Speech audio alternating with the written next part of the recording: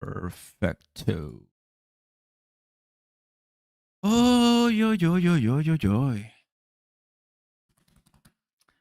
Well done. All right.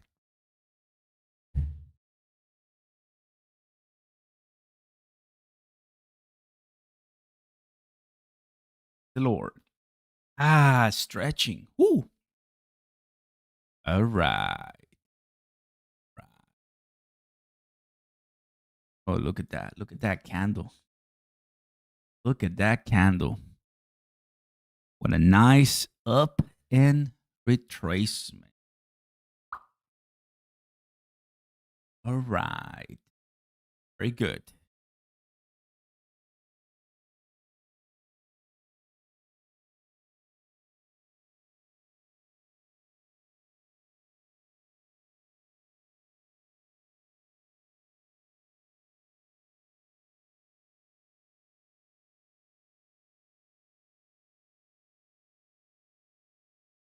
Hmm. Good morning, fam. Good morning. What up? We got it. Super early. Super early. For a lot of people, it's super early. How we doing? They're speaking in Europe. That's why it's this time. There's this. I found it after clicking. It's the European Central Bank. He's gonna be here speaking. European Central Bank Euro system. That's where Powell has a policy discussion. So found it. Oh man, this is good. How are we doing, everybody? Good morning. You take a look at that XRP retracement. Somewhat sexy. 2% XRP, 7% Punky. Wow. Bone. Man, altcoins are dying here. Give us a break.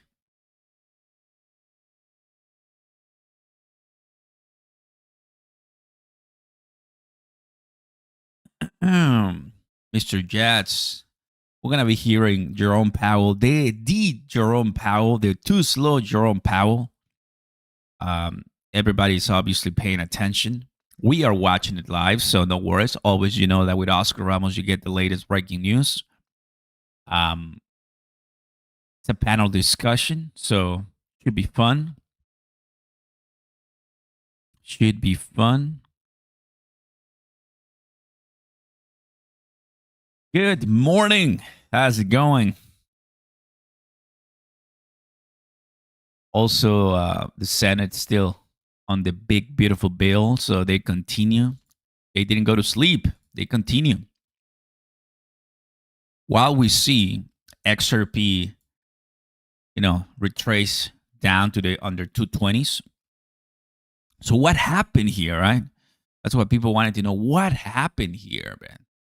Was it the news related to the rejection of that amendment about crypto policy, crypto banning, crypto accepting money from crypto projects? That was one thing that we found yesterday that was like, oh, this might be it. The rejection of the banning be associated with crypto projects. Cynthia Lumens and others, rejected that one. There's a few news right now that are going on. Of course, X, let me keep you in the know right now. We're going to go ahead and take a look at Watch Guru. There's my man, Zach. When your friend finally buys a dip and it actually was the dip. I know, dude. You're like, come on, man. I want to buy the XRP dip and I don't want it to go down, you know? Just yesterday, I finished Squid Games and that was really nice, man. Tears. Oh, by the way, fam, by the way, they just updated this one to 95% XRP. 95% XRP. Can you believe it? That's so good, brother. 95%. Okay, you cannot see the XRP there, but it's this one. This one here. We have Grayscale, Bitwise, Canary Capital, 21 shares of Wisdom Tree, CoinShares, and Franklin, and more. Way more. Way more we have. Good morning to all the 400 people watching, guys. Drop a like, subscribe to the channel. John316 in the house. Good morning, bro. Welcome. Always good to have the fam here. Elon Musk and Trump fell out. I know. I mean, and those kids just kill, man. It's not helping, honestly. It's not helping. It's not helping crypto, too. Remember that we went down because of the Elon Musk and the Trump debacle.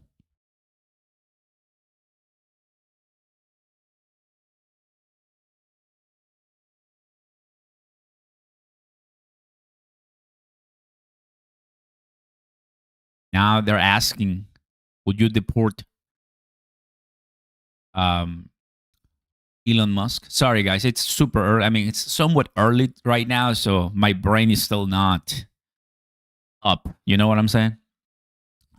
President Trump says Elon Musk could lose a lot more than EV mandate. So right now, it's just drama, bro. Has nothing to do with XRP. Has absolutely nothing to do with XRP, but everything is affected, basically. Crypto, you know, very, very volatile. Like a wild roller coaster. It is indeed, buddy. It is indeed. Mr. Spader, what's up, buddy? Good to see you. I'm Team Elon. Why we have that ceiling? If just raise it.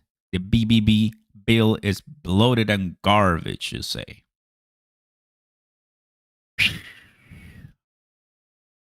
President Trump slams Elon Musk and threatens to cut government subsidies to his companies. Elon may get more subsidy than any human being in history by far. And without subsidies, Elon would probably have to close up shop and head back to home in South Africa.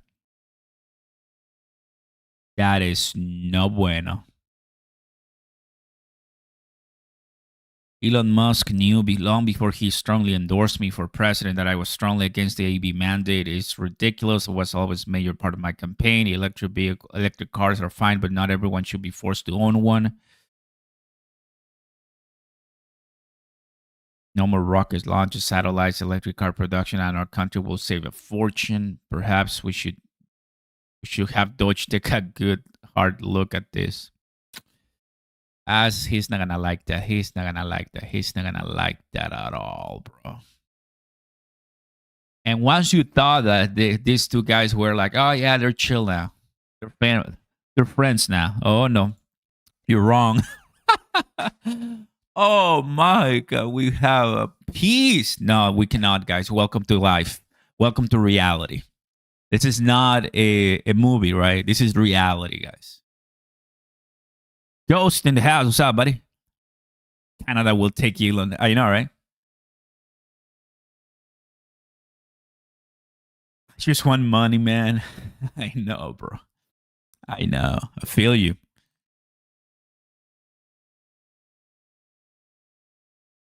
Hey, Oscar, just curious where you're from. Was born in Mexico, my friend. It is just a show. They're friends. You think so? They're doing that to, you know, manipulate the market a little bit. Buy the dip. Team Elon or Team Trump. I know, right? Cheers, fam. Good to have you. We have the blood on the streets, the classic cranberry juice. We're going to be hearing from Jerome Powell in about 3 minutes or so. I mean, I am assuming that this is the right link because I went through the Fed website and He guided me here to this, to this page. So this should be the right one. I'm so ready to hear what Too Slow Jerome Powell has to say.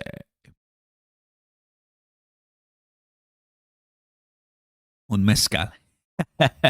My fam always gets crazy. Guys, it's so early. Who the F is selling their XRP now? Jim, it's ours, bro. Go ahead and get it. Go ahead and get it. I feel you, brother. Get that XRP. Get that XRP. Don't you know? Dump it up. You gotta dump it up. Ah, baby. Yesterday, I told you that we were going to do this, so we're doing it. It's pretty early for a lot of people, so I feel you. But still, you're going to find that there's some crazy fam like me who are ready for whatever it is in crypto, right? We're so ready for whatever it is in crypto. And I'm watching Fox right now. They're talking about the alligator Alcatraz. What? Alligator Alcatraz on me.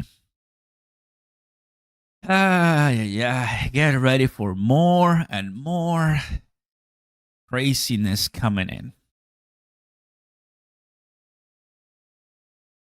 What are your thoughts on Pengu? I don't have Pengu. I know they have like an ETF, right? Yeah. Like Trump Coin and Doge, they have ETFs as well. They're not going to get approved before XRP or Solana, so don't worry, bro.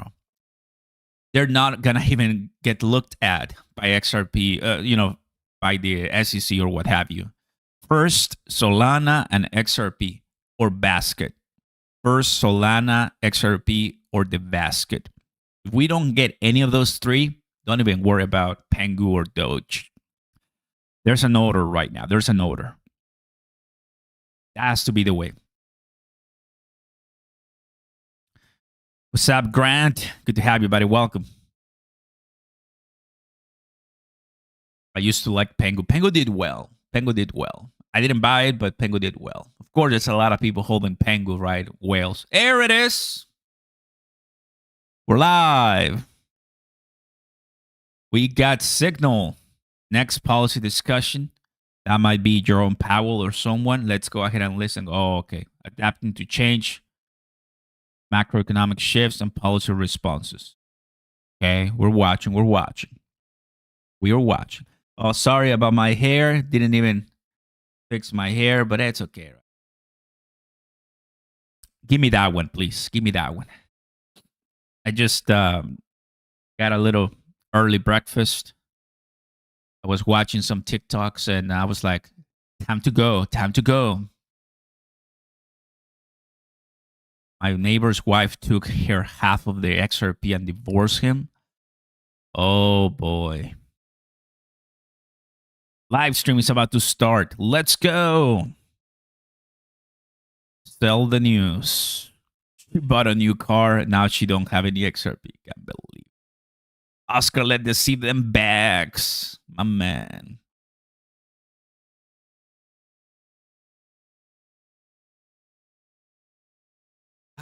Praise the Lord. Happy Tuesday, guys. Welcome. Ooh. Nice.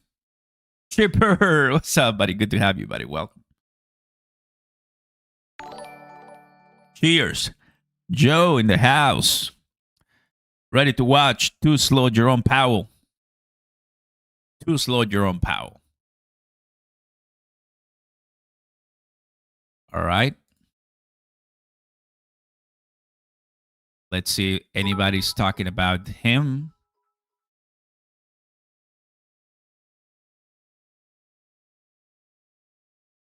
There's Johnny Deaton conversation. Okay. It's pretty nice. Oh, here. Okay. That is for something else. So he was speaking to the media earlier today. This guy doesn't sleep, bro. Crazy.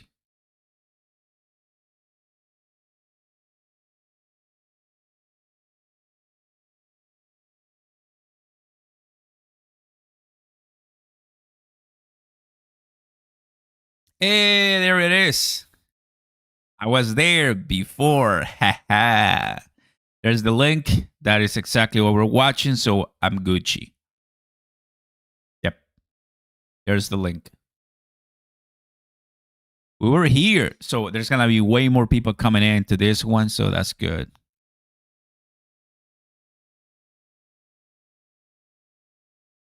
Live stream about to start. Send it.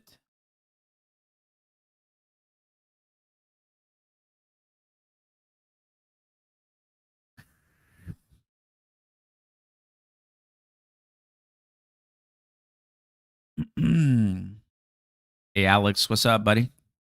We early, of course it is. We're early.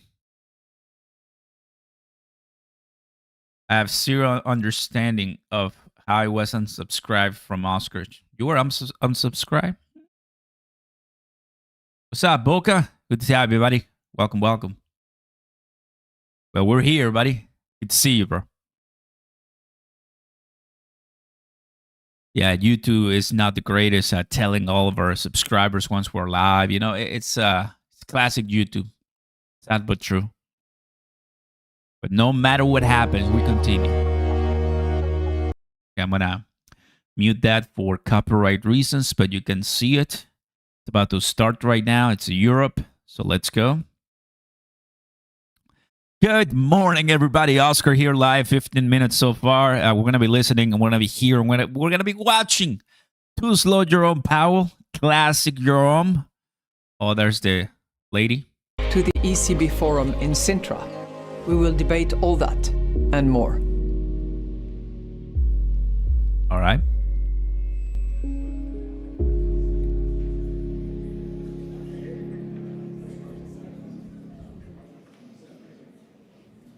Okay, let's listen up.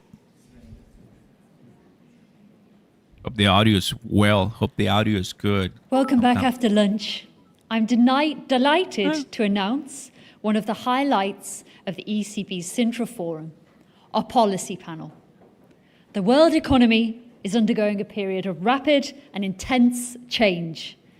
The questions of our next panel The questions for our next panel will cover what these fundamental shifts mean for the future of monetary policy, and we are honoured to have an exceptional lineup of officials to answer them. We are also honoured to have Francine Lacroix, anchor and editor-at-large at Bloomberg Television, to be guiding the conversation. Francine, the floor is yours. Hello, everyone. Claire, thank you so much for that introduction. What can I say? We have 1 hour and there's a lot to discuss. Wow. So welcome to the policy panel, Sintra 2025. Now, from tariff-related trade ructions to oil price gyrations caused by also Middle East hostilities, there are many questions on, first of all, how to handle the fallout from some of the political decisions, but much more how the economy behaves. Now, 1 year on since the last Sintra panel, and of course halfway through 2025, global policy needs to navigate risks posed both to inflation and growth, a challenge highlighted by the Bank for International Settlements in a report this week. So let's get started. We have 1 hour. Kazuo Ueda, Governor, Bank of Japan. Of course, our host, Christine Lagarde, of the European Central Bank President. We have Jay Powell, Chair, Board of Governors of the Federal Reserve System. We have Chang Yong-ri, Governor, Bank of Korea, and then Andrew Bailey, Governor for the Bank of England. Madame Lagarde, let's start with you as our host. So first of all, thank you so much for having us all here. We had a little bit of data today, this morning, consumer prices rising some 2% from a year ago, up from May's 1.9%. But then the tariffs still loom large. So how do you see that developing? Well, first of all, I would note that we are at 2%. And this is the latest reading. This is also the target that we have had, and this is the projection that our staff is indicating for the medium term, which is exactly what we had anticipated. So I'm not saying mission accomplished, but I say target reached, okay? And I think we should start by recognizing that. We faced a massive amount of shocks, compounded shocks occasionally, and we are now through that disinflationary process that we have conducted over the last 2 years. And yes, we are facing a lot of uncertainty. Yes, we are facing the risk of fragmentation increasing. And yes, we are facing geopolitical developments that are worrying generally, but that also are causing two-side risk to inflation. So we have to continue to be extremely vigilant. We have to continue to be committed to delivering on our target. And I think we are at this point in time in a very good position to do that. So we are well equipped to navigate the tormented waters that we should anticipate. Chair Powell, tariffs are not yet showing up in inflation. Is this forcing you or your staff to actually rethink what the models say about how much the tariffs will ultimately thread through some of the final prices? So thank you, Francine. And Christine, thank you to you and your colleagues for putting on another great conference here today. It's been a pleasure. I guess I would start, if I may, by saying that the U.S. economy is in a pretty good position. Inflation has come down close to 2%. We're at 2.3 headline, 2.7 core. The unemployment rate is at 4.2%, so we're healthy overall. If you ignore the tariffs for a second, inflation is behaving pretty much exactly as we have expected and hoped that it would. We haven't seen effects much yet from tariffs, and we didn't expect to by now. We've always said that the timing, amount, and persistence of the inflation would be highly uncertain, and it's certainly improved that. So we're watching. We expect to see over the summer some readings, higher readings, but we're prepared to learn that it can be higher or lower or later or sooner than we'd expected. But Chair, would the Fed have cut more by now if it weren't for the tariffs?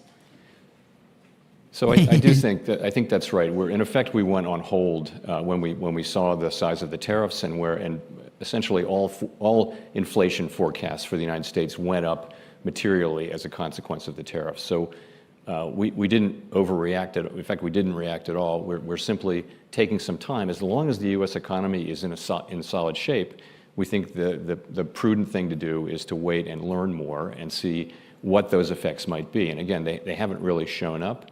So for now, we're waiting. Governor Rhee, I mean, South Korea's economy is, of course, highly reliant on trade. Putting aside the deals that each government can strike with the Trump administration, what can central banks in your position do to shield economies from the impact of trade tariffs? Actually, about the tariffs' impact on inflation, our current inflation is well stabilized around 2%, and we believe tariff tends to be deflationary rather than inflationary for three reasons. One is Korea is not likely to use retaliatory tariff. Second, we import 22% of our import from China. And recently, export price of China has been falling at 5% a year for several years, and we believe that it will continue to do so. And at this moment, our growth rate is 0.8%, which is well below our potential growth rate. So aggregate demand pressure is much lower. So our problem is not the inflation itself, but the gross impact of tariff. So what does that mean you'll do going forward? Yeah, actually, we have been in an easing cycle, and we cut our interest rate 100 BP from last October. And we will continue to be in an easing cycle given our growth rate. But recently, financial stability risk has been rising, especially housing price in metropolitan area is increasing very fast. So we are keeping an eye on this financial stability risk in deciding the pace and the timing of the further cuts. Governor Bailey, you've taken the view that the latest rises in inflation in the UK will be transitory. Why are you so confident that inflation will fall back? Actually, you may have detected I've tried to avoid using the transitory word because it was, oddly enough, it has a bit of a history. But to be serious, obviously any increase in inflation is an increase in inflation, sorry to state the obvious. The reasons it's gone up is really entirely due to so-called administered prices. Now, as I say, that's an increase in prices, don't get me wrong. But it's not telling us much or anything about the context of the economy. In other words, it's not telling us anything really much about the balance of supply and demand in the economy. So I think the key judgment for us is, are we going to get second round effects from this pickup? And of course, it's nothing like the pickup of a few years ago, just to be clear. And my judgment is at the moment is that the context is different, that we do see evidence. I see some signs of softening in the economy, I see signs of softening in the labour market. We are going to have to see those come through, though. I mean, come through into prices. I think we've still got to see the evidence and prices. But that background context allows certainly me to say, look, I think the direction of interest rates continues to be downwards. When you look at all of the uncertainty, again, it's a bold call given what happened to oil prices and trade negotiations? It is. I mean, I would say two things on that. One, I think as others have said, it's probably, Jay was saying, I think it's a bit too soon, I think, really to see the price effects coming through from the trade and tariffs action. We've made a point of saying also that, I think as Christine was saying, that these are two-sided. They could go either way. Could be weaker demand. We could see supply chain disruption. And the second thing, of course, is that some of these effects, if you take the oil price story, I mean, it's gone up, it's come down, all since our last meeting, effectively. So, we always reach for the lexicon at this point. I mean, we've added unpredictability to uncertainty. I was slightly amused at the introductory film this morning with Christine saying all these words, because it's true. Because not only are we getting uncertainty in the sense, the range of outcomes, but unpredictable in the sense that if you get things like, the tariff action, history really isn't a particularly good guide to that, actually. You can't really draw much from the past on that. Now, Governor Ueda, you're in a slightly different situation, right? Japan CPI has stayed above 2% for 3 years now. What do you see as the fundamental changes in your economy that make inflation more persistent? So let me say, to put it simply, as you say, headline inflation has been above 2% for almost 3 years, while what we call underlying inflation is still somewhat below 2%. That's the situation we are in. But if I could decompose it further, there's probably about 3 components to it. First, there's underlying inflation dictated by wage price dynamics, whereby increases in prices affect wages, which further affect prices, helped by resilient domestic demand. This component has been going up slowly, but as I said, it's still somewhat below 2%. Then there's going to be perhaps a second component, which will be the expected negative effects of possible tariffs on the economy and on prices. We are expecting this to take place, but we haven't seen that yet. There's a third component, which is a domestic supply shock generated by increases in food prices. Actually, this component accounts for about 50% of the headline inflation we've got at the moment. So netting these three, we think the first component and the second component will produce a slow increase in underlying inflation toward 2% by end 26 or 27. The third component, food inflation, is going to subside toward the year end. So that we will be closely monitoring interplays between these three forces. But Governor, how do you view trade concerns the day after President Trump threatened Japan with more tariffs? Well, it's being negotiated by our minister in charge, so I'm trying to avoid making any specific comments on this. So let me just ask you, what will be the key for Japan for deciding further rate hikes? Okay, as I said, it will depend on the relative strength of the three inflation dynamics I was describing, and we need some more information to determine that. President Lagarde, when you look at rate cuts, I mean, are we gonna? Where do you see actually the ECB going? You're in a pretty comfortable position right now, out of all the central banks. Data will tell. So, I think we are determined to continue to be data dependent, to decide meeting by meeting, and to not commit to any particular rate path. That's the doxa. And we're very lucky because we have just completed our strategy assessment, which really gives us a good framework and good strategy lines within which to operate. But those three aspects that I have mentioned, data dependent, meeting by meeting, no commitment to any particular rate path, are constant in that ongoing strategy based on what we have concluded actually yesterday. Jay Powell? So from our standpoint, as you will have seen, a solid majority of FOMC participants do expect that it will become appropriate later this year to begin to reduce rates again. And so, Finally. That will depend, though, as Christine just mentioned, on the incoming data. We'll be monitoring particularly what does show up in terms of inflation or what does not show up, and also carefully watching the labor market. You know, we watch very carefully for signs of unexpected weakness. We see a gradual cooling, but we don't really see that yet. So those are the things we'll be watching. But as I mentioned, a majority of us do feel that will be appropriate in the remaining 4 meetings of the year to begin to reduce rates again. Madame Lagarde, the euro has also surged about 12% against the dollar so far this year. Are you concerned that its strength runs counter to your efforts to also loosen financial conditions? You know, I'm not going to comment on the exchange rate. We take it into account for purposes of our projections. Obviously, it has an impact, but it's a reflection of the market conditions and assessment. It's also a reflection of the strength of our economy. But there has been a clear appreciation relative to the dollar, and depending on how you look at it, it's either a depreciation of the dollar or an appreciation of the euros. And there might be a bit of both in that particular case. We're also looking at the movement, the flow of capitals and the attractiveness of euro-denominated assets, which is also an interesting phenomenon that we've observed lately. Chair Powell, I mean, is it fair to say, I know, nothing is guaranteed, number one, we all know this. Barring a real surprise, is July just too soon to seriously even consider a rate cut? I really can't say. It's going to depend on the data, and we are going meeting by meeting.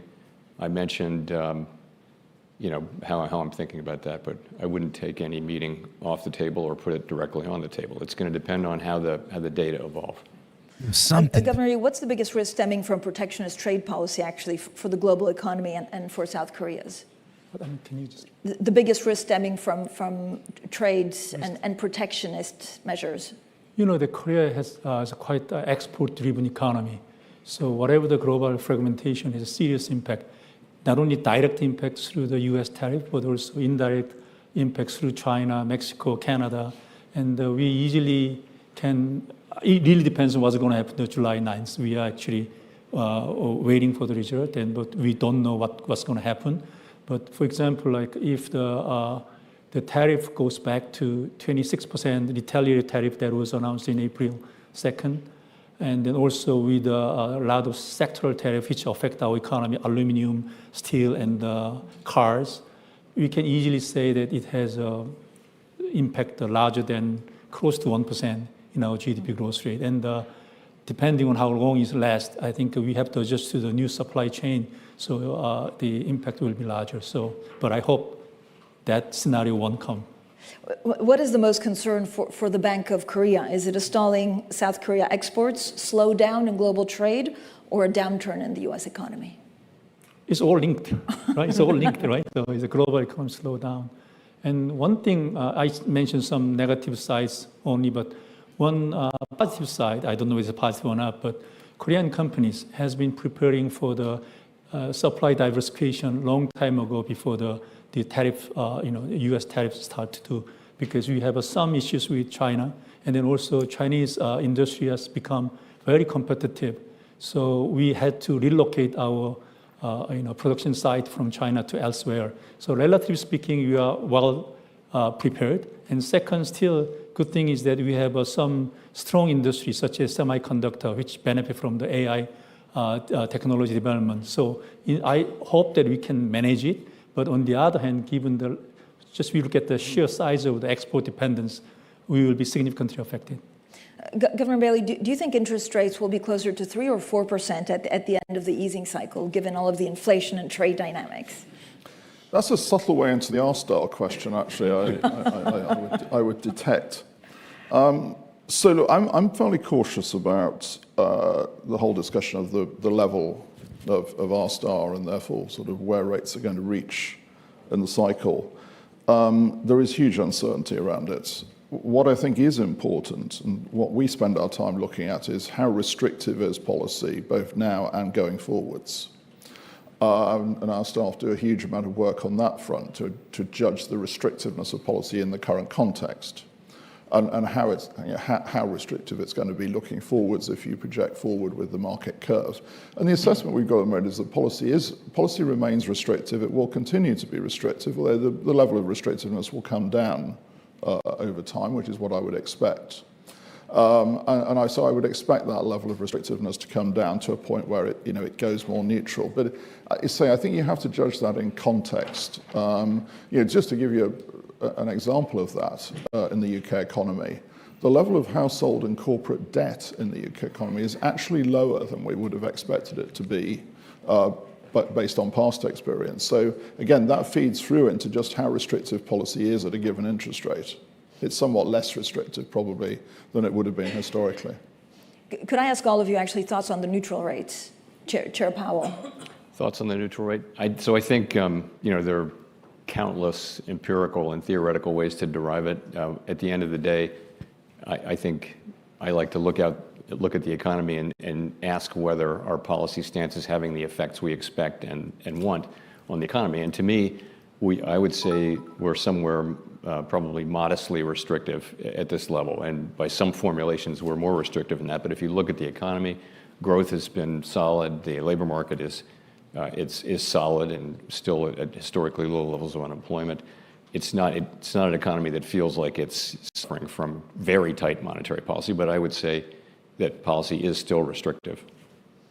President Lagarde? I would say that it's a nice concept, it's interesting, and many of the terribly talented and brilliant economists in this room actually are delighted with discussion about the neutral rate. But honestly, as we're getting closer to target and to where we should be, or are where we should be, and I don't want to pass judgment on that, I think that discussion becomes less relevant. I think what our staff at the ECB measures is leads us to believe that it is higher than where it was before the great financial crisis, but it's relatively low as well, compared, for instance, with what the US neutral rate is at the moment. But it's, in a way, it's a bit of an illusion to discuss that at the moment, because the neutral rate is normally defined in a world where there is no shock, where you have perfect equilibrium. Now, are we in a world with no shocks at the moment? I don't think so. So it's nice to have as a concept, nice to elaborate on it, nice to do research on it, but to use it at the moment where we are as a guiding principle to where we should be, I don't think is particularly appropriate. Andrew Bailey? Well, that sort of continues what I was saying earlier. Again, I don't use it as a sort of a guide to where policy should be, but I think this whole concept of restrictiveness is, of course, critical to our judgment, because that's critical to the transmission mechanism of policy, which we have to judge every time we meet. So that's a judgment that, in a sense, we renew every meeting we have. I think I'd rather agree with what Jay was just saying. I think in our case, policy is restrictive at the moment. It's going to become less restrictive based on the curve that we've got in the market. That's what I would expect. We will judge it each time. Governor Ree? Similar? I have nothing to add. Yeah, how would you see it, Governor Ueda? Yes, so we also estimated something like the neutral rate a number of times. But the range of estimates is very wide. So, but at least we think we can say that the current rate is below neutral. But other than that, I would refer to what Jay said a year or two ago in the Jackson Hole conference, which was like, we are guided by our stars, but under cloudy sky. President Lagarde, can you talk to us about scenario and why this is, because of the shocks and actually the changes that are going very fast, why scenarios make more sense as a template of the economy? Oh, okay. So this is a topic that we have largely debated as part of the strategy assessment that we conducted in the last year. And I think, in fairness, the baseline, which is the essential projection on which we work and we determine our monetary policy stance, holds and is decisive in our consideration. But at the same time, our staff has I wouldn't say forever, but as long as I know myself, has always conducted scenario analysis, sensitivity analysis, in order to arrive at the most solid baseline. It is probably the case that we will do more of it, more systematically, that we might publish more often than we have. We have published, I think, in the last few years, in four circumstances we have published scenario analysis. The invasion of Ukraine was one, COVID was one, the oil crisis as well, and the tariff threats. So all those were exogenous factors that were sort of hitting our screens. I think we might do more scenario analysis that will be looking at the longer term trends that will affect our economy, and that will inform and strengthen our baseline, enhance it probably in its reliability. So that's what we are debating at the moment, how this is built, what assumptions we make, what choices are decided in terms of publishing will be determined by the Governing Council in good intelligence with our staff. Yeah, and Jay Powell, on scenarios?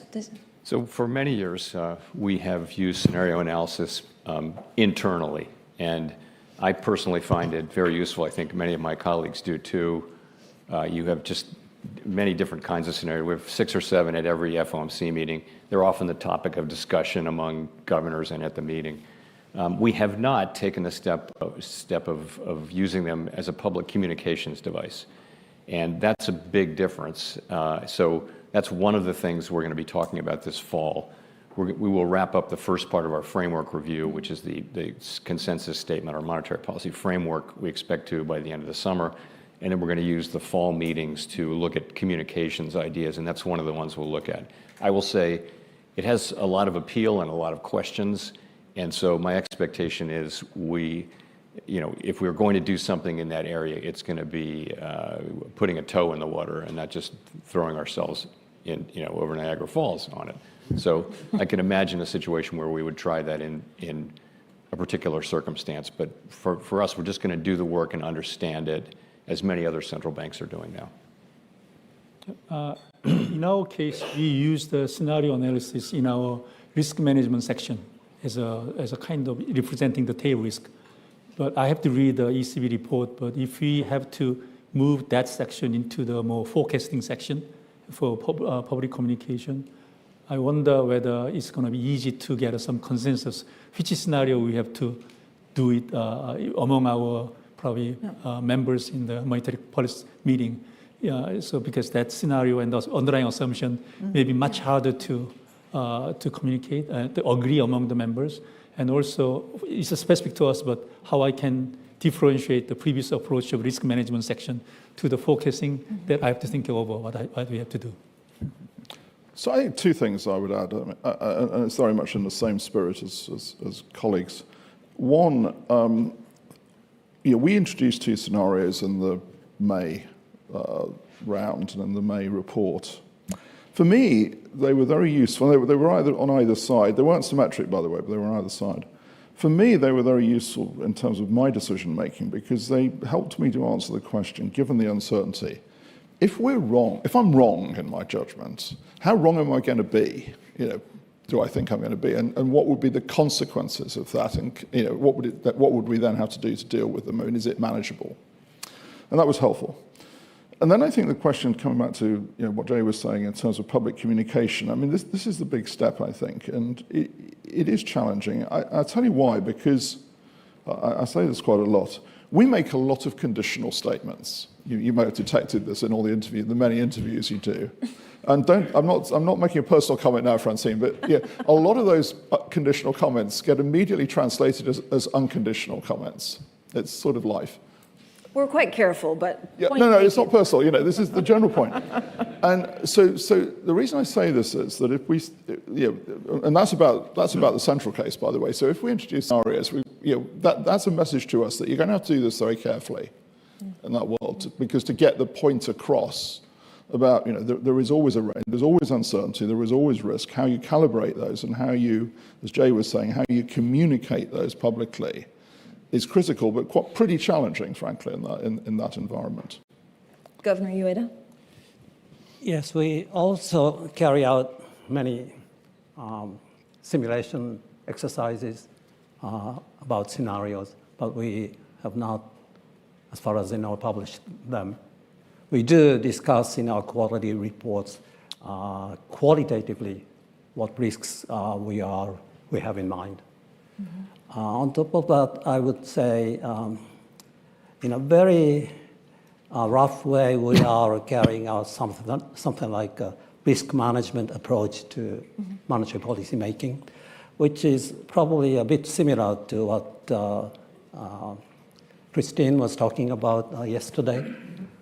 I can't come up with a good example, but risk scenarios, thinkings about tail risks, sometimes do affect our monetary policy making. Can I ask you all about the dollar, everyone's favorite subject? So when you tune out noise, right, of the past few months, what has really changed about the dollar? Governor Rhee, are we really seeing some sort of paradigm shift in the status as a reserve currency that means historians will look back on 2025 as some sort of pivotal year? I don't think so, especially in case of Korea. Our Korean won has appreciated significantly in the last 2 months. But I think it's mostly due to the very unique situation that we had. We had a very unexpected, unnecessary martial law declaration in last December. And after that, this political risk, together with the slowdown of our economy, really make a Korean won depreciate much more than our fundamentals explain. So in some sense, the appreciation that we have observed in the last 2 months, in some sense, normalization of our currencies. And as for the kind of long-term shift of the dollar sentiment, we have discussions, but looks like people are talking about it. But at this moment, they keep the dollar assets while they're increasing the hedge ratios. So at this moment, I think the lion's share of the impact, BIS report show this one is impact is mostly moving from the unhedged to the hedged positions. So we have to see what will happen in the future. Yeah, Governor Bailey? Well, I'd say two things. First of all, I think that it's important to bear in mind what the definition of a reserve currency is and how it's evolved over many years. So I like John Ray. I don't see there being a sort of a major shift at the moment. Not least because in this day and age, the definition of a reserve currency has as much to do with the supply of safe assets into the market that can be used for all the purposes of sort of collateral and security that they are, as much as it is about a sort of pure exchange rate. So I think we're a long way off that change happening. The second thing is going back to something Christine was saying earlier. I mean, when we look at financial conditions, which we do, of course, but I do think particularly, I always believe this, but I think it's even more relevant at the moment to unpack a financial conditions index. And the reason I say that is because we've seen a breakdown in the correlations of the components of a financial conditions index. So you look at sort of bond yields, you look at exchange rates, you look at equity risk premium, for instance. Those correlations are not the ones that we've tended to see established over time. So you have to look at it much more carefully. There are stories, to my mind, about each of the components of that. So when I look at the exchange rate, I look at it very much on that basis. I don't think it's sensible to sort of pack it all up as we normally would and say it's all behaving normally, because the correlations are not actually. Governor Ueda, there's also many colleagues at central banks, I guess, around the world are building up gold reserves. Is that the only real alternative to the dollar? I think it's up to a certain extent, what areas like Europe or China would do in terms of improving the efficiency or convenience of their currencies, like the kinds of things we were discussing this morning, capital markets integration, and these things will change the degree to which the role of the dollar may decline in the future. Women Lagarde? I think, I don't know if 2025 will be a pivotal year. I would tend to think that, yes, it might very well be. But for a major change to occur will take a lot of time and will require a lot of effort. And I completely agree with the points made by Andrew about the dichotomy that we're seeing at the moment. And that might be an indication of the fact that investors are looking at options. This is what investors are saying. They ask questions. They seek alternatives, and whether that translates into a general lack of confidence that will be further fueled by more uncertainty, more unpredictability, a bit of a jump in the unknown on several fronts, not just monetary policy, not just even the economics, but beyond that, in terms of security at large, for instance, I think remains to be seen. It's not going to happen just like that overnight. It never did historically. There is no reason it should now, but there is clearly something that has been broken, and whether it is fixable or whether it is going to continue to be broken, I think the jury is out on that front. Chair Powell, how do you think we'll look back on 2025? So you're asking me how we're going to look back on 2025? Yeah, how will historians look back on this year? Is it pivotal? That you didn't cut. It's clearly an important year. There's a lot going on, with trade, and I think I'm hopeful that we'll look back on it as a year where we successfully challenged some significant economic changes, and our job is to make sure that is the case. You get attacked by the president a lot on a personal basis. Does it make your job harder? I'm very focused on just doing my job. I mean, there are things the things that matter are using our tools to achieve the goals that Congress has given us: maximum employment, price stability, financial stability, and that's what we focus on, 100%.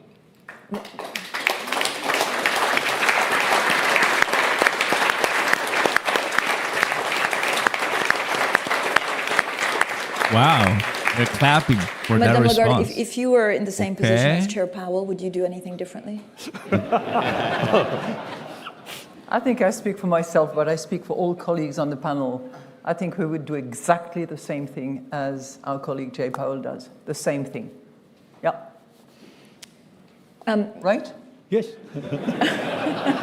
Oh.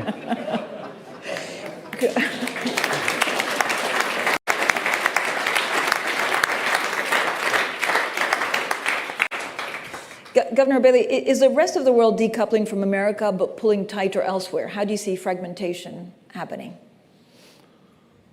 Well, fragmentation, were it to happen, in my view, is bad for activity in the world economy.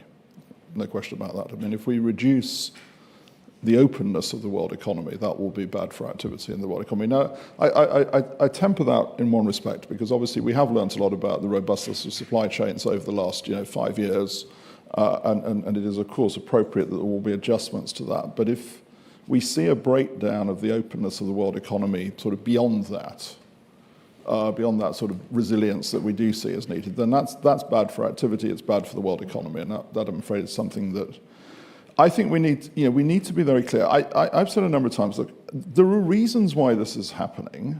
It's not right to just go around saying, this is all wrong, there are no reasons why this is happening.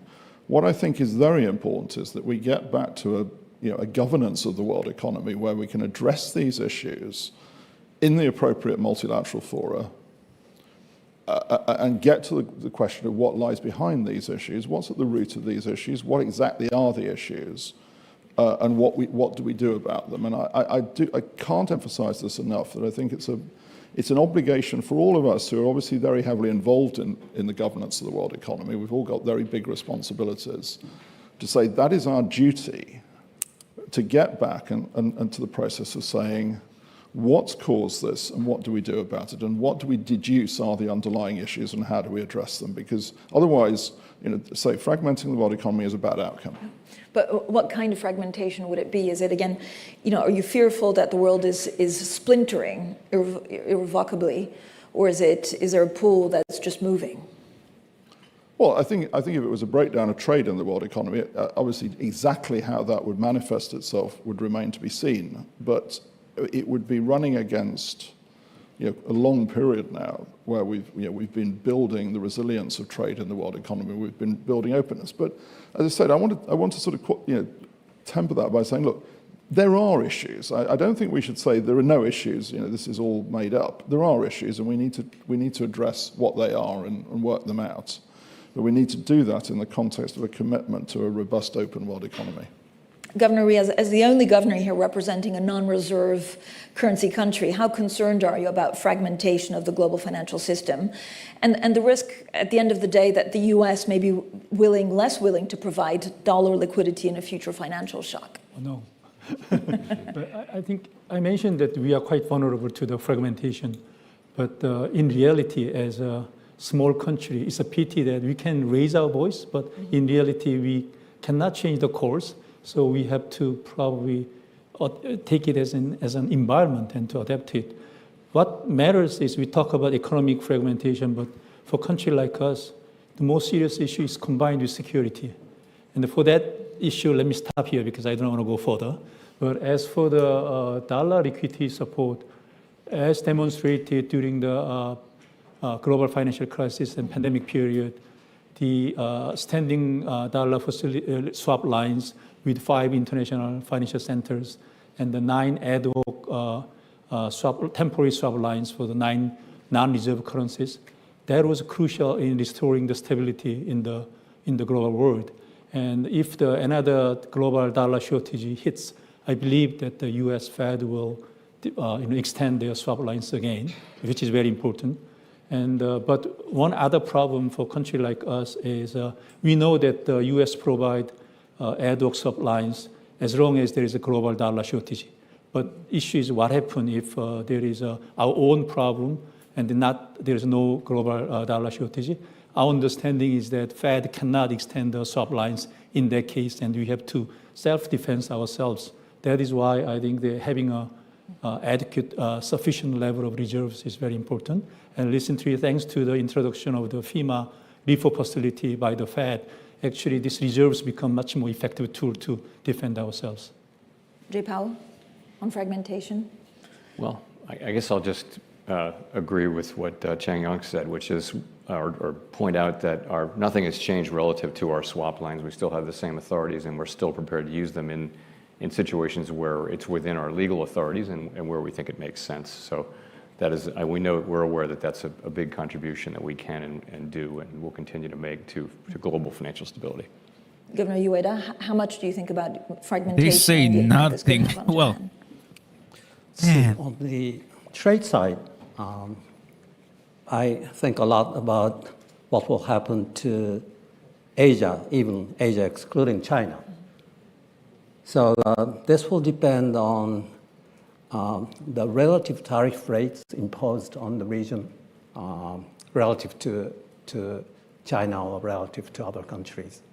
But there's a fairly strong intra-regional trade taking place during the last decade or two.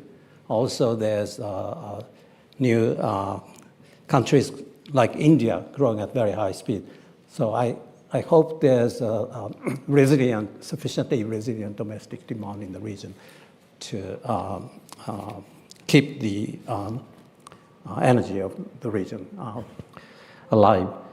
On the financial side, I don't have much to add to what other people have said, but it would be important to keep trying a multi-layered approach to things like swap lines. We have Chiang initiatives in Asia. Doing something similar or continuing to do something similar would be important. Madame Lagarde, you've often spoken about the role that Europe could take in a fragmented world. How do you see that developing in what kind of time frame?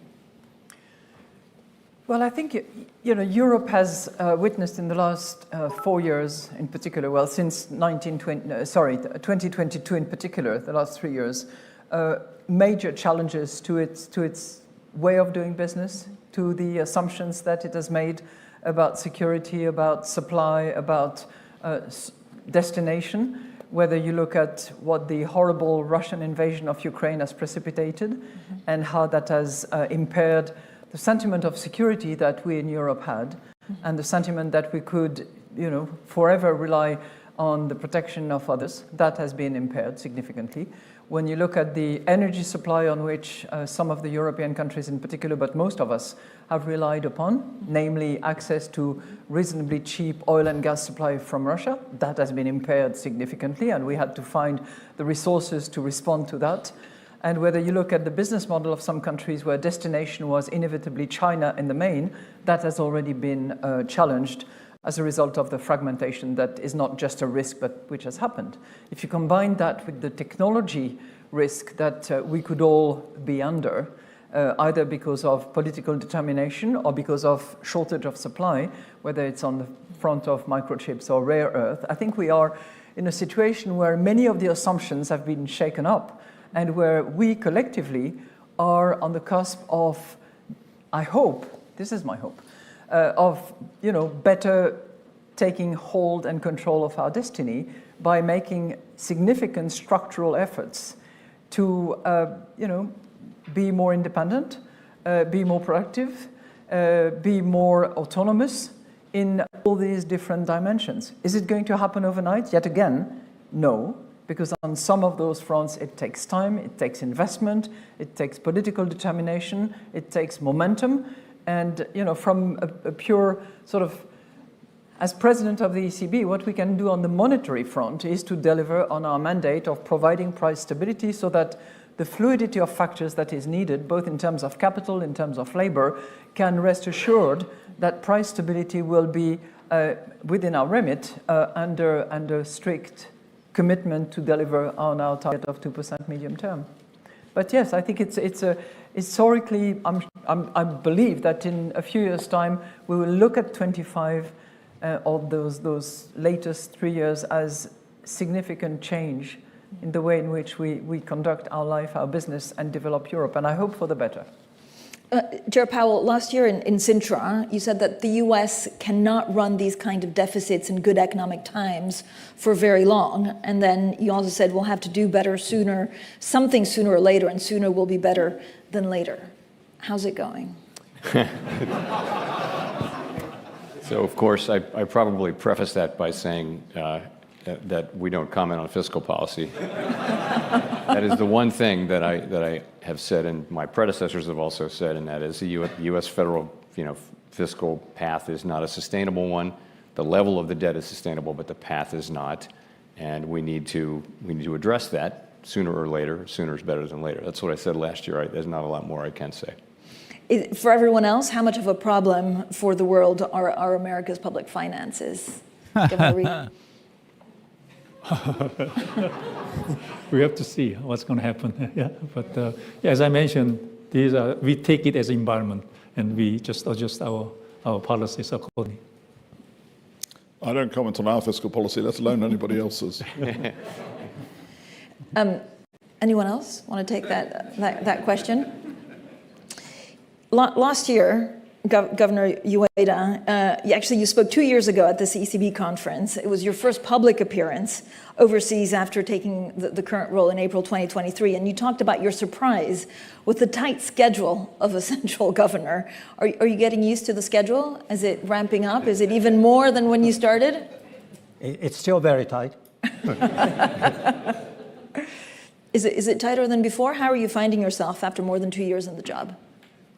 It's as tight as 2 years ago. So it hasn't changed? Getting used to it a little bit, yes. Governor, what's your biggest task for the rest of your term until 2028? Well, as I was saying at the outset, headline inflation is above 2. Underlying inflation is below 2. I want both to converge to 2% by the time I leave my office. I think you were also asked what keeps you awake at night in Washington in October, and you talked about the pace of rate hikes as one thing. Is it still the same, or do you have other things that you're worrying about? Let's see. I didn't sleep well last night. There's a reason for this. Governor Yi was sitting next to me during dinner, and he told me that espresso contains less caffeine than coffee. So I immediately had a cup of espresso. Okay. I meant total amount of caffeine rather than caffeine per ounce. Okay. Anyway, this is a joke, but during these international meetings, I get chances to talk to my colleagues, get a lot of useful insights. So when I go to bed, I think about those and say to myself, maybe I should adjust our economic outlook, our policy strategy in response to these nice comments. And these keep me sometimes awake, but it's a nice thing to do to keep the trust in ourselves, which is the very foundation of what we do among central bankers. To all of you, what keeps you awake at night, given all of the uncertainties and the changing world? Madame Lagarde. First of all, I can confirm what Kazuo just said, because it did happen on occasions that the following day, after probably a difficult night, you came to see me and said, "Did you really say that yesterday during the meeting?" And I knew that you had been sort of ruminating and pondered what the consequences were. So it's the truth. It's not a joke. Yeah. What keeps me awake? The truth. By that I mean I'm getting more and more concerned about the role that artificial intelligence is going to play, about how distorted things can be presented, how public opinion can be manipulated, and having been a lawyer by background, where searching for the truth is one of the purposes that we hold as auxiliary of justice.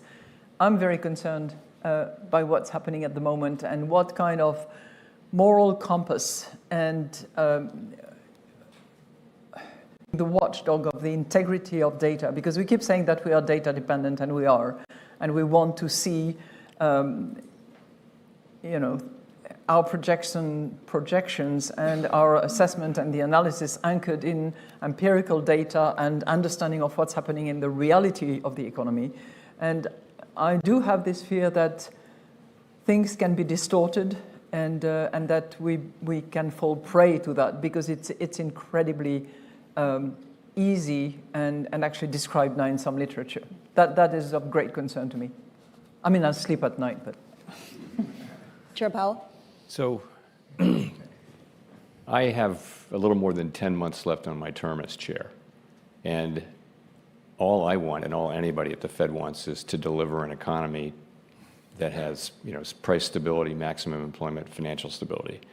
And what keeps me awake at night is how do we get that done? I want to hand over to my successor an economy in good shape, and so do all of my colleagues. That's all we ever want. So that's what keeps me awake at night. Is are we on a path to do that, and how do we get that done? Do you plan to stay on as Fed governor after your chair term expires? I have nothing for you on that today. Governor Rhee, what keeps you up at night? First, my apology to Ueda-san, but to me... Scores on the espresso will be settled. One concern that I have is unique to our problem is a perception gap of the public due to very rapid structural changes. For example, a decade ago, our potential growth rate is around 3%, but now it's well below 2%. But people still think that we have to grow above 3% in normal times, and that actually expedites their demand for the more stimulus monetary policy and fiscal policy, while what we need is a structural reform. But on the other hand, if I keep on talking about structural reform, I don't know how far I can go on discussing this structural issue, because some people say that it's well above my mandate. But I think what is important for our country is not only the cyclical issue, but how to adapt to these structural changes. And that is a very difficult challenge. Governor Bailey? Well, I want to deliver inflation sustainably at target. As I keep saying to my colleagues, can you please stop thinking of all the shocks that we haven't had yet in my term that we might have. But today's, maybe I've been sleeping too well, because I felt I needed something else to do, because today's a significant day, because it's my first day as chair of the Financial Stability Board after taking over from Klaus's enormously distinguished leadership. And so that gives me a whole load of other vulnerabilities to think about and worry about when I haven't got anything else to do. But seriously, I mean, there obviously are issues in the financial system that we're very focused on and will be very focused on in terms of understanding the vulnerabilities of the situation we're in. Governor Rhee, I also wanted to ask you actually about digital currencies, because the Bank of Korea put brakes on testing a central bank digital currency this week. Would you agree that it's more of a priority to find, I guess, the right regulation for the immediate challenge of stable coins than to develop a CBDC that no one may use? That's a hot topic now in Korea. Surging in the dollar-denominated stable coins, especially recent passage of the Genius Act in the United States, make many fintech companies and the advocates of the stable coins to ask the government to allow the non-bank institutions to participate, to issue the Korean won-denominated stable coins. As you mentioned, that we have been experimenting the tokenized deposit pilots with a commercial bank in our permission network. But I think that given the surging demand for allowing non-bank financial institutions to issue stablecoins in public domain, make us a little bit, I have to talk with the government agencies because it's well beyond the Bank of Korea's mandate. From our perspective, what we are worrying about is that if we allow the unregulated won-denominated stablecoin, it will definitely expedite the exchange into dollar-denominated coins and undermine our capital flow management regulation. We don't know whether the critic says that the new technology in blockchain can identify the irregular transactions, do the know your customer rule kind of regulation very well, and then even identify the irregular, strange transaction very easily. But we're not so sure whether this is true. And also there's a narrow banking issue, many other issues. So I think I have to talk to the government authorities how to handle this kind of regulations. Andrew Bailey? Yeah, I mean, it's an important subject. It's one of the subjects that we will have on the agenda for the FSB, no question about that. You see, the thing that I think is about stablecoins is that, and here I distinguish them from something like Bitcoin, is that they purport to be money. They purport to have the medium of exchange, function of money. And therefore, they do have to meet the test of money. We talked a lot about this. We talked a lot about trust in money, about the so-called singleness of money, which is really all about them being assured to hold their nominal value. And for me, this is going to be the critical test as to what structure and design comes out of all this work that meets that critical test. Because if they don't, then I don't think we can be content with them. And if they're purporting to be money but don't actually meet the test of money. Christine Lagarde? I have a relatively strong view on that point, if you don't mind. Because I think that we are falling prey to some confusion between money, means of payment, and payment infrastructure. And that is Here we go. Accelerated or emphasized as a result of the technology that are being used and some technologies in particular. And I regard money as a public good and ourselves as the public servants in charge of securing and protecting that public good. My fear is that blurring of the lines that I mentioned earlier are likely to lead to a privatization of money. And I don't think that this is the purpose for which we've been appointed to do the job that we have, nor is it good for this public good that is money. I think it risks undermining our capacity to conduct monetary policy, and I think it risks weakening the sovereignty of those countries or those regions which inadvertently become subject of the use of that means of payment infrastructure / alleged money. And we should not only just consider it, but determine what our policy should be about it if we mean what we say and we protect what we have to protect. Thank you. Chair Powell, I actually have a question. Do you fully support the recent proposal driven by the Vice Chair for Supervision, Michelle Bowman, on rolling back capital rules? Would that actually meaningfully improve liquidity in the Treasury market? I do fully support what we, in fact, voted for, what we're put out for comment, which is sort of putting the leverage ratio back where it should be, which is a backstop to risk-based capital. And so yes to that question. Let me say on stable coins, if I can. Yeah. I do share the concerns that you hear here, but I also think it's a positive step that we don't have a regulatory framework for these now in the United States. We tried very hard in the last Congress to work with people on both sides of the aisle to create such a thing. Now it looks like we're well on the way to creating a framework, which I think is something we need. If we're going to have stable coins, and apparently we need to have a federal and state level regulatory framework, which I think we're making progress towards having. We only have a couple of minutes left, and so many of you have plenty of time left in office. Others will leave sooner. Knowing what you know today, Governor Ueda, if you already had to offer some advice to your successor, whoever that may be, what would it be? I don't know.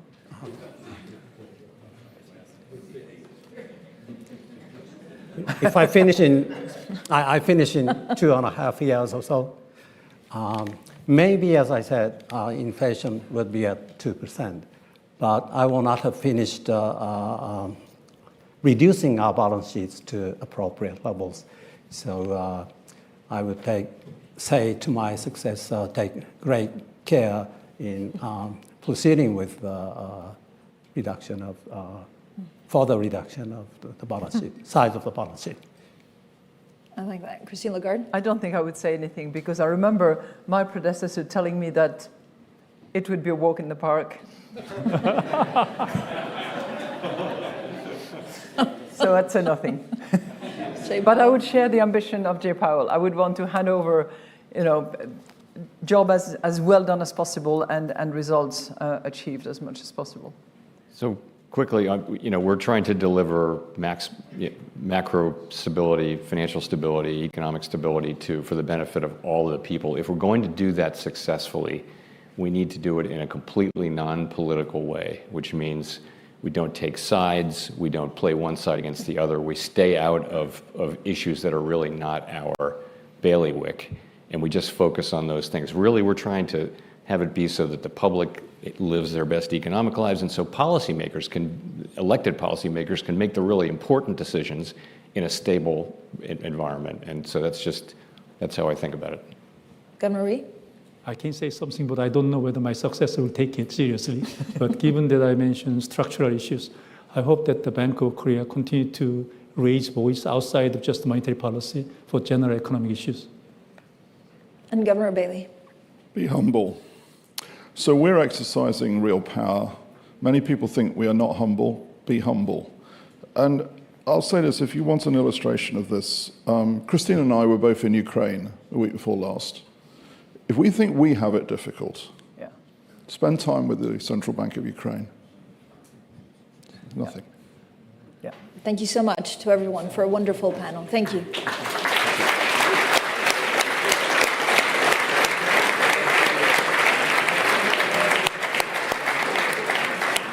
Thank you, madame. See you soon. Great talk. Questions, maybe?